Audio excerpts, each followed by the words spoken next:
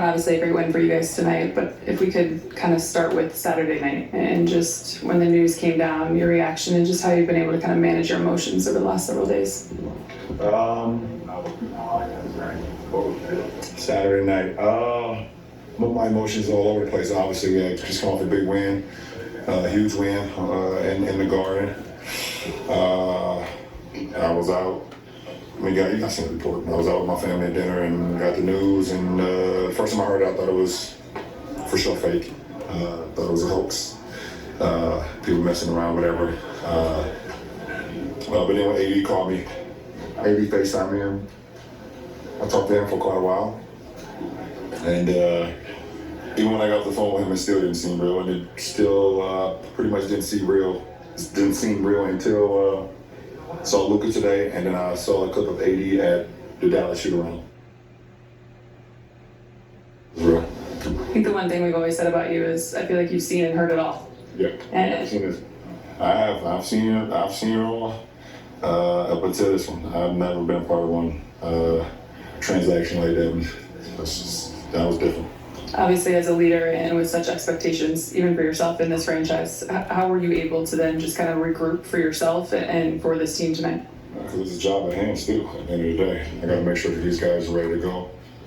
Versus a damn good Clippers team, super well coached, great players. We wanted to end this road trip off the right way. Going 5-1 on a 6-game road trip is very challenging, and then to end it, having to come, from New York, 6-hour flight a couple of days ago to come here and win this game. It was a big time for us. You and AD clicked immediately on the court and seemingly off the court. Just how do you sum up the partnership you guys have had? It's great. It's great. It's everything and more.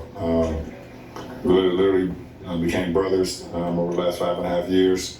What we was able to accomplish on the floor, obviously that goes without saying, but more importantly, what we was able to accomplish off the floor is just us growing together, knowing each other's families, seeing each other grow, seeing each other's kids grow. It's pretty unique. Obviously, I was at his wedding when he got married. It was special. It's special for sure. What do you kind of view your role, the best way you can help Luka get assimilated with the Lakers? Whatever you need. LeBron, through the last few days, we've heard everyone from Steph Curry to Anthony Edwards and on and on just express so much shock. The 25-year-old generational talent, who's been a 5-time consecutive All-NBA player, led his team to the finals last year, could get traded like this. How are you on that scale of shock? Something I haven't seen before, obviously, but it was shocking when I heard the news, but at the end of the day, I understand the business of basketball, but I didn't make a decision, so.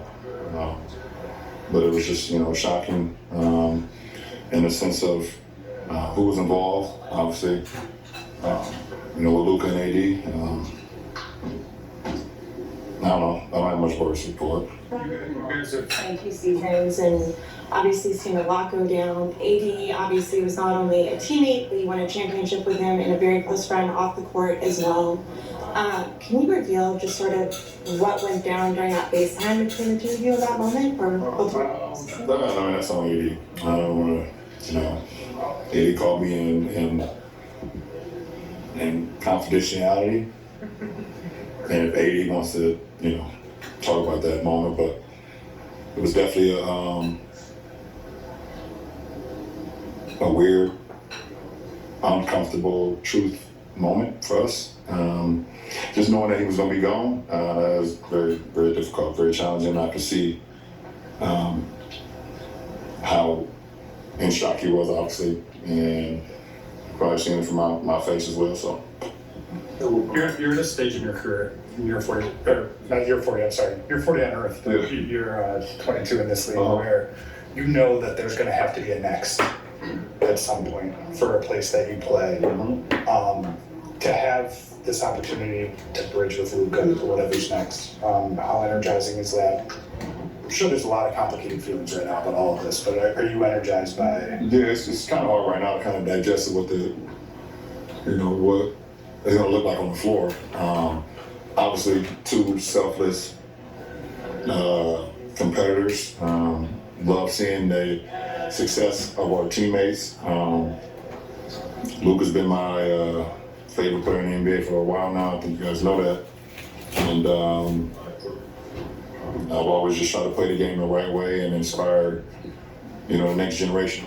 And Luka happens to be one of them, and now we're teammates. So it would be a very seamless transition. LeBron, I understand that you're generational talents. What do you think it will take for this partnership to be really productive as best as can? Whatever we want it to be. I want to take long, I can play with anybody. And I think he can as well, so we're going to work well together. About what comes next, and obviously Luka being a part of that. Is there any part of you that's kind of concerned that, already there was some debate around this team, right, about how much of your future do you sacrifice to kind of go all in and kind of maximize your window? Any concerns that because you brought in a young star, that some of these priorities kind of might shift more towards the future rather than present? What's wrong with that? If I have concerns out of it, wait my no trade clause and get up out of here. And this, You still feel like you've said earlier this year, right? You still envision yourself finishing your career here? Is that so? Listen, I'm here right now. I'm committed to the Lakers organization. I'm here to help Luka and Maxey make the transition as smooth as possible. Smooth been here before, so he already know we won a championship with him in 2020, so I ain't worried about him. But as a leader of the team, as one of the captains of the team, it's my job to make it as seamless as possible. So. Last question. One thing I've always noticed, being able to control and dictate the pace of the game. When did that start happening for you, being able to control and dictate? Because a lot of superstars can't do that.